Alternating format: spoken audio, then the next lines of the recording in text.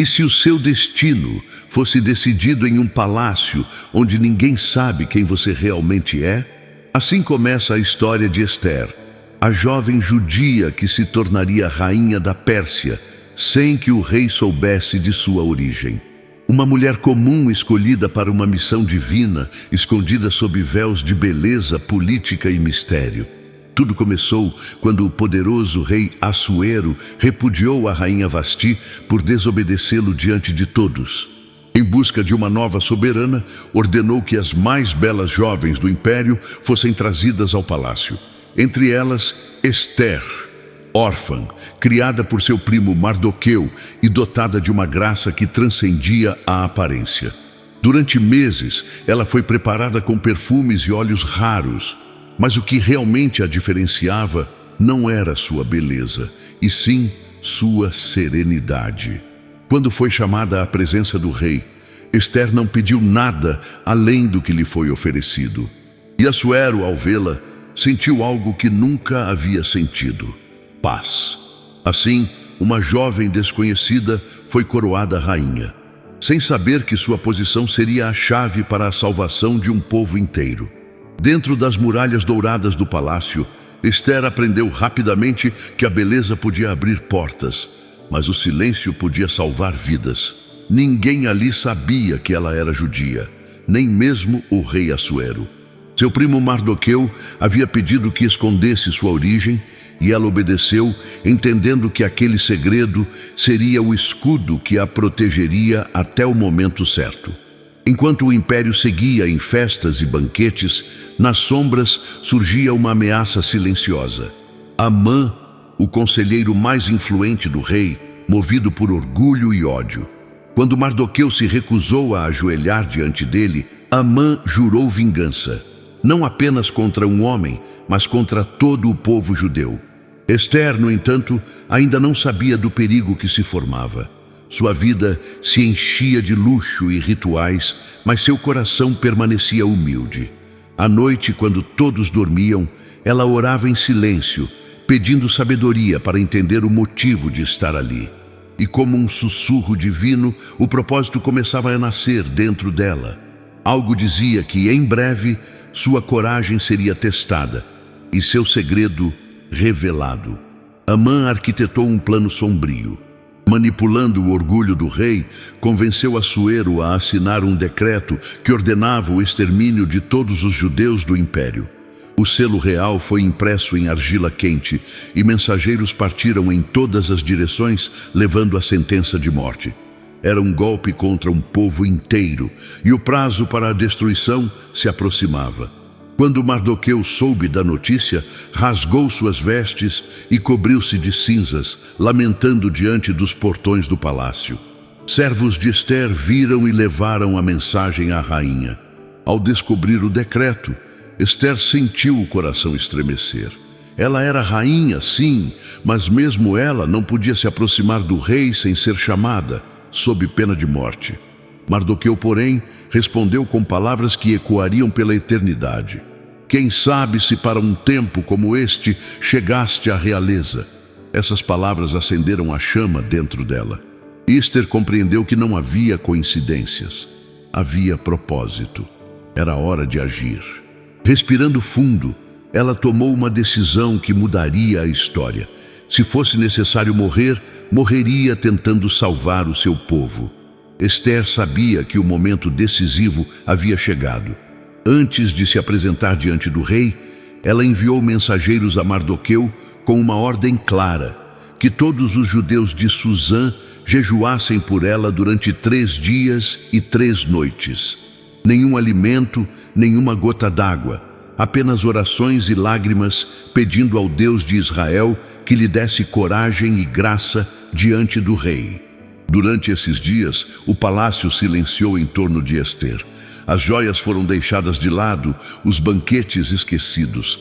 Diante de uma janela voltada para o céu, ela ajoelhava-se repetidas vezes, pedindo força. O medo ainda batia à porta do seu coração, mas a fé falava mais alto. Ao fim do 3º dia, vestiu-se com suas roupas reais. Cada adorno em seu corpo parecia carregar o peso de uma nação. Enquanto caminhava pelos corredores dourados do palácio, os guardas abaixavam a cabeça em respeito e talvez em pressentimento. Quando a porta do trono se abriu, o silêncio foi absoluto. Ester avançou, passo após passo, até ficar diante do rei. Se ele não estendesse o cetro, seria o fim, mas Assuero, tocado por algo que não compreendia, ergueu o cetro real. E naquele gesto, o destino de um povo começou a mudar. Com o cetro erguido e a vida poupada, Ester aproximou-se do trono. O rei, intrigado com a ousadia de sua rainha, perguntou o que ela desejava. Até metade do reino lhe seria dado. Mas Ester, com sabedoria e serenidade, respondeu que desejava apenas oferecer um banquete em honra ao rei e a Amã, o homem mais poderoso do império depois dele. O convite despertou curiosidade. Amã, tomado pelo orgulho, acreditou que estava sendo homenageado. No entanto, por trás do olhar suave de Ester, havia uma estratégia silenciosa. Ela não falaria de imediato, esperaria o momento perfeito, guiada pela mão invisível de Deus. Durante o banquete, risos e taças se ergueram. O rei voltou a insistir. Qual é o teu pedido, minha rainha? Ester respirou fundo e, em vez de revelar o plano, convidou-os para um segundo banquete no dia seguinte. Enquanto isso, Amã saiu tomado pela vaidade. Mandou construir uma forca altíssima, planejando nela enforcar Mardoqueu, o judeu que se recusara a curvar-se diante dele. Mal sabia que aquela forca se tornaria o símbolo da própria ruína. Ester, por sua vez, orava em silêncio, ciente de que o jogo espiritual havia apenas começado e o destino de todo o seu povo dependia do próximo banquete. Naquela noite, o palácio parecia mergulhado em silêncio, mas o rei Assuero não conseguia dormir. Virava-se em sua cama, inquieto, sem saber por quê. Ordenou então que lhe trouxessem o livro das crônicas do reino. Talvez a leitura o fizesse adormecer. Porém, ao abrir o pergaminho, os olhos do rei encontraram um nome: Mardoqueu, o homem que um dia denunciara uma conspiração contra ele, salvando-lhe a vida. Assuero franziu o senho. O que foi feito em honra desse homem? Perguntou. Os servos responderam: Nada, meu senhor. Naquele exato momento, Amã entrava no pátio, planejando pedir a execução de Mardoqueu. Antes que falasse, o rei o surpreendeu. O que se deve fazer ao homem a quem o rei deseja honrar? Tomado pelo orgulho, Amã pensou que o rei falava dele e respondeu: Que esse homem seja vestido com as vestes reais, cavalgue no cavalo do rei e seja proclamado por toda a cidade. Assuero então sorriu e decretou: Faz isso com Mardoqueu, o judeu. O rosto de Amã empalideceu. O orgulho que o inflamava agora se tornava veneno.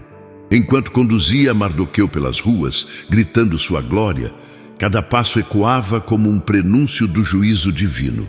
Deus começava a virar o jogo, e o império inteiro seria testemunha. O dia amanheceu com o sol atravessando os jardins do palácio. Ester vestiu novamente suas vestes reais, mas desta vez não havia medo em seus olhos. Havia propósito. O segundo banquete seria o momento em que Deus revelaria tudo. O rei Assuero e Amã sentaram-se diante dela, entre taças de vinho e aromas de mirra. Qual é o teu pedido, rainha Ester? Perguntou o rei curioso. Mesmo que seja metade do reino, te será concedido. O silêncio tomou o salão. Ester respirou fundo e disse: Ó rei, se achei favor aos teus olhos, peço-te pela minha vida e pela vida do meu povo, pois fomos vendidos para destruição e morte. O semblante de Assuero mudou. Quem é esse homem? Onde está o que se atreveu a fazer tal coisa? Ester apontou, firme como uma tempestade contida. Este inimigo é Amã. O ar ficou pesado. Amã empalideceu, tremendo. O rei levantou-se furioso e saiu para os jardins. O homem que tramara a morte dos judeus agora implorava piedade diante da mulher que Deus escolhera para libertar seu povo. Quando Assuero voltou, viu Amã caído sobre o leito onde Ester estava. A ira do rei se acendeu. Atacarias a rainha em minha própria casa? E naquele instante o destino de Amã foi selado.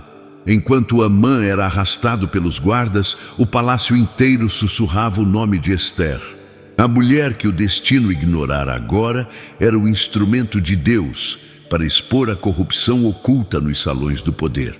O rei Assuero, com o semblante tomado pela fúria e vergonha, ordenou que Amã fosse enforcado, na mesma forca que ele havia construído para Mardoqueu. O som da madeira rangendo ao vento ecoou como uma sentença divina. O homem que sonhara em ser adorado foi consumido pela própria vaidade. O orgulho de Amã se transformou em pó, e a justiça de Deus brilhou entre as sombras da corte. Ester, mesmo vitoriosa, não se regozijou. Caiu de joelhos e chorou. Não por Amã, mas pelo povo que ainda estava condenado pelo decreto que permanecia em vigor. Sua vitória pessoal nada significava se o sangue dos inocentes ainda seria derramado. Quando o rei viu o desespero em seus olhos, compreendeu algo que o poder nunca lhe ensinara. O amor é mais forte que o medo. Assuero então entregou a Ester à casa de Amã e concedeu a Mardoqueu o anel real, símbolo da autoridade para reverter a sentença da morte. O mesmo Deus que parecia distante estava, na verdade, escrevendo cada detalhe da libertação. Ester não descansou. Diante do rei, com lágrimas nos olhos, suplicou que o decreto de morte seja revogado, que meu povo tenha o direito de viver. Assuero assentiu, e um novo edito foi escrito sob o selo real. Os judeus agora poderiam se defender, lutar e prevalecer contra os que buscavam destruí-los. Mensageiros cavalgavam pelas províncias levando a nova ordem. E onde antes havia medo, nasceu esperança. O povo se armou não apenas com espadas, mas com fé. O dia marcado para o extermínio tornou-se o dia da libertação. As ruas que seriam manchadas de sangue se encheram de celebrações. Mardoqueu, agora vestido de linho fino e púrpura, caminhava entre aplausos. Ester, observando da janela do palácio, compreendeu. O poder não estava na coroa, mas na coragem de obedecer à voz de Deus, mesmo quando o medo dizia o contrário. A história de Ester é mais do que passado. É um lembrete de que quando tudo parece perdido, Deus ainda tem um plano maior. E você, já pensou que talvez esteja sendo preparado para algo que ainda não entende? Comente abaixo. Eu confio no propósito de Deus. Isso ajuda o vídeo a alcançar mais pessoas e fortalece nossa comunidade de fé. Os dias de trevas deram lugar à luz. O povo de Israel celebrou e o rei ordenou que aquele momento jamais fosse esquecido. Assim nasceu a festa de Purim, símbolo eterno de livramento e fidelidade divina. O nome vem da palavra pur, sorte, porque Ramã lançara sortes para decidir o dia da destruição dos judeus. Mas o Deus invisível mostrou que nenhuma sorte é mais forte que seu propósito. Durante Purim, as famílias se reúnem, compartilham presentes e lembram da coragem de uma mulher que desafiou a morte. Ester, a órfã que se tornou rainha, agora era lembrada como o rosto da fé que se levanta, mesmo em meio ao silêncio de Deus. Seu legado não está apenas nos pergaminhos antigos, mas em cada pessoa que escolhe confiar quando não entende o porquê das provações. No fim, o palácio de Suzã se calou. As tochas ardiam suavemente enquanto o nome de Deus, que nunca foi mencionado diretamente no livro de Ester, ecoava no coração de todos os que creram sem ver. Porque o verdadeiro milagre é quando a fé se torna coragem.